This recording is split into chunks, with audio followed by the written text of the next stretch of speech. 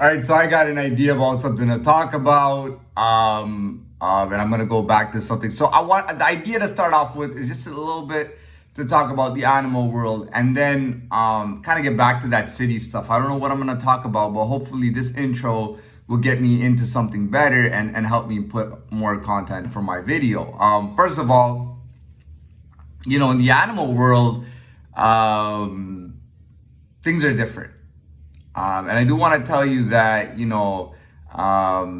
historically and even today, human beings always associate themselves and others with animals. Okay, when you see a guy who's really good at something, you go, he's a beast. It doesn't even have to be physical. He could be a great musician. He could be a great artist when it comes to acting. He could be a very good sports player. He could be athletic. He could be very academic, and you say he's a beast, man. He's a goddamn beast. You know what I mean? Well, maybe not always, but you get what I'm saying. Historically, whenever you're talking about soldiers in war, people always take on an animal role. Someone is a bull. Oh man, you don't want to mess with him. This guy's a bull. Oh man, she's a fox. Also, he's a fox, or he's smart as a fox. Oh man, this girl's a hawk, man. If you're dating her, be careful. She's a hawk. You know what I mean? I love my friend Jerry. He's like my own personal cat. He's just like having a cat. So and so is fierce, man. I mean, he's like my pit bull. You know what I mean? It can go on and on. This guy is a total cockroach. You know what I mean?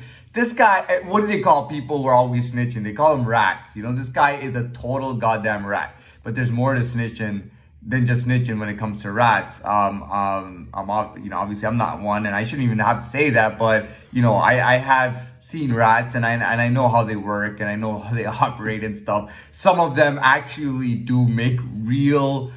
I mean, it's crazy. Some rats, they actually make pet rats.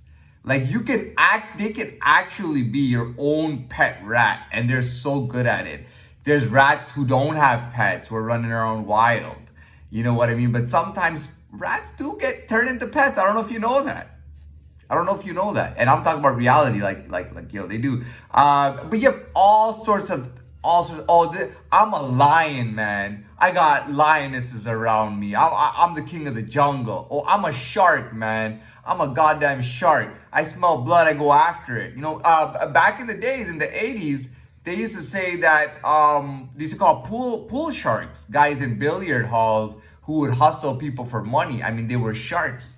Maybe physically too, physically and just tactically. They kind of sucker a guy into playing with them, and then beat him and everything and all that stuff. You know what I mean? So we've always done that, and we respect it, man. That's part of our culture all over the world. I remember, I think it was the Mayans. They had jaguar warriors, or I don't remember if it was Mayans or Aztecs, but one of them, they had jaguar warriors. The jaguar warriors would wear pelts, or I don't know if they were pelts or just designed hats or helmets, and they were like called jaguar warriors. They were some of the most elite warriors. You will hear stuff like that. They might have a tank called called a bull. It's happened before. You know what I mean? It actually happens. Snake. Everybody knows what a snake does. A snake will snake you. It'll bite you behind your back, around your ankles, wherever. A snake will always turn on you. You know what I mean? And some people have pet snakes. I heard a story, and I don't want to repeat it, but snakes will attack their owners. So be very careful of your pet snakes. Snakes, you got to be very careful around them. They do bite. Crocodiles, by the way, they don't eat snakes. King snakes or anacondas or whatever, cobra. They don't eat them. They just pretty much just chomp on them. They usually just snap at them, and if it doesn't ward them off, they will bite him and make them ward off. They're not interested into eating snakes. I don't think snakes would make a good meal. But that's one thing that I wanted to establish. Sometimes you have to respect the animal world. You know what I mean? Even though you're We're humans, but we live among I mean, we're just another species here. You know what I mean? Like, there are hundreds of species, or thousands, tens of thousands of species of birds. There's millions of species of amphibians. There's millions of species in jungles, in forests, in deserts, in here and there, around cities, around towns, in no man's land. We have so many species, and just like that, we're like, even amongst each other, we're like different species. You know what I mean? You got Oriental species, you got African species, you got all sorts of species, you know, in Asia and everything. You know what I mean? You got species all around. You know what I mean? Pretty much. So we do respect animals at the end of the day, man. You know, we are very animalistic. You know what I mean? Human beings can be very animalistic, just naturally. You know what I mean? I can't have a conversation 10 times straight without somebody mentioning something about animals. It's just insane. You know what I mean? Some people raise animals like from puppies or kittens, and then they become part of the family. You know what I mean? They're raised in this manner that they literally almost mimic or behave like their owners. They say a dog is a man's best friend. I can go on and on about, you know, about animal metaphors and quotes, like a dog is a man's best friend. You know what I mean? German Shepherds are very well trained. They were bred to be shepherds, you know, to help with the farm and shepherd the sheep. They ended up being so pronounced and so good at what they were doing that they pretty much got promoted, man. They got turned into police dogs, man. You know, all around the world. I mean, I know in Europe and America and Canada, I mean, German Shepherds are canines. They're elite police dogs. They are elite police dogs. I mean, believe me, man. They call a man's best friend for a reason, right? And you have all sorts you got pit bulls who used to be fighting animals in Spain, were bred for fighting, dog fighting. Got all sorts. So you got cockfighting going on. I've been around one of those, man, and those are not nice to be around. I don't want to be around that kind of thing. You know what I mean? A little too crazy for me, the whole cockfighting and betting and all that stuff. But you know, so yeah, I wanted to talk about that, you know, and put that out there. But after that, I was hoping to get into the city thing again. I don't know what's going on. I'm just not feeling it really. You know what I mean? It's not really feeling it that much. But even if I'm not feeling it, I can talk about it. So let's see. I talked a lot about the whole Miami. I didn't get a chance to complete what I wanted to say about the Miami thing. You know, you can be a gem, you can be known, and you can be on the party scene. But really, here's the thing, man. If you're not advancing in level in your life, you're staying in the same place. Life is the same. And some people like that. It's monotonous. It's the same thing. It's always the same thing. You're never growing. You're never advancing. There's no stories happening in your life or around you. You're just, you know, just like stone in the ground. You know what I mean? A stone, you might as well be like a stone, a tree or something in the ground. So I don't like talking about those days. The thing with the New York thing is that, you know, I was in that time. So even though it was bad and everything, but being in that time allowed me to do things that I couldn't do in my lifetime. And I really do, you know, I think that bank robbery was like an entrance into it.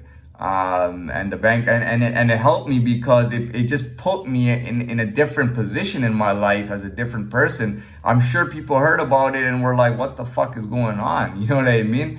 And I mean, I'm sure people were like, fuck, that's fucked up. So, you know, it put me in a position to be in that time, not just to go to jail, but just to be that guy that robbed that bank. You know what I mean? And I'm telling you, one day, you know, I've had people walk by me and say, you must have robbed a bank or whatever. And I had that people like at a mall or something. I've had people walk by me and say shit like that. Random people I never even known. You know what I mean? You know, you must have to be a bank robber to do something that crazy, man. Like another, you know what I mean? So I've heard that a lot. You know, maybe that did that for me. And that's why I don't talk about Miami. I talk about Miami vibes in those last 6 months before I returned, because those were the best months. I did 3 trips. I was working full time. I was going out all the time, going to the arcade in the daytime when I wake up a little bit, do some baseball ranges and batting ranges and all that shit. So I was really living life, you know, quite a bit, even at a basic level or whatever. I was still living life, and I was able to kind of skip levels sometimes and, you know, use my wit, even be it in that spot, but still get some, just kind of rise above it using my wit and my mind. I'm trying to think. So New York, so the whole New York vibe, I feel like I didn't, it was like 2016 was like the end of 2016 when I went to jail and everything. That time was just crazy. I did a lot of crazy shit. Was learning a lot of things. Went to jail, came back, and then I just I slowed down, and again it was like brick walls around me, or just not around me, but just hitting a brick wall. And again, going into that cycle, that repetitive cycle where I wouldn't get over that hump. And, I don't know, 2018 was very active. And then 2019, I went to Dubai early, and then I came back and they arrested me, and I was in Salem for 3 years. And the last 6.5 months, I talk about how, I actually gained a presence, was able to change and grow. And I felt those moments of weaknesses. The same, and it was like memory, I remember dying, not literally that, but dying, like my ego dying. I remember that. Yeah, I remember one night, in the Dominican, it was like I was alive, man. I got to on my first day there, I got there, it was like I was alive, man. It was crazy. It was so live. I was they had a pool bar. I was in the pool. Yeah, I was on a budget, but either way, I was in the pool bar. I was having a good time, man. And then I went to, and I was out all day having fun, and then I went to the nightclub till like 5 a.m. or something, and I was so fucked up, and I remember just not even making it inside the resort because I didn't know that they closed the front gate and then you got to go around and go through the back gate. So I went to the front gate. I don't know what happened. All I remember is there was a big tree there, and I just passed out at the tree, and then I woke up. And the security or whatever of the resort was around. They saw my wristband. They saw that I was in the resort. They put me on it's like a golf cart kind of thing, and they drove me to my unit, to my little apartment, and that was it. So I was really but I died that night. I could feel it, man. And I went and I've been feeling that since I was a kid. I'd be 6-7 years old, and I just be like, dude, I just feel like I'm dying, man. Like I'm just dying. And then somehow I would just come back, start the cycle again, and die again. Every 6 months, it was like I was dying again. And I felt that this time, like I felt it like way earlier, like cause as I'm changing and growing, if I'm not dropping anything and I'm always gaining and moving higher and higher, I'm able to do things faster, obviously. So within about 2 or 3 months, I experienced that same feeling, but this time I got through it and I moved past it. And then it was just like new shit coming at me all the time. I told you, I threw myself in the trash and I put my new self up, and that's all it is, man. Like, I went through all that stuff and I went through those phases, but this time I'm beating everything. Every challenge that comes my way, I end up, playing it and beating it. And I'm in lifetime right now. I can feel it, and it's cool and it's nice. After 7.5 years of dead time, to come out and be alive again after all my experiences in that time, everybody not even hearing about me, not knowing anything about me, and now that I'm in lifetime, it's like, holy shit, like this guy is so different. But that happens, man. Even if a guy's gonna do a 7-year bid, if he's gonna do it 7.5 years, and he comes out, everyone's gonna be like, whoa, you've changed, man. You're like a totally different guy now. You're grown up and all this shit. So, I mean, it is what it is. But I got nothing else to talk about. That's all I gotta say. I can always go back and say, oh, no, there's no point. You know what I mean? But at some point in the future, I'd like to talk about Dubai, but that might not be for a long time. That might not be for a year or something, because I don't really have anything figured out on that.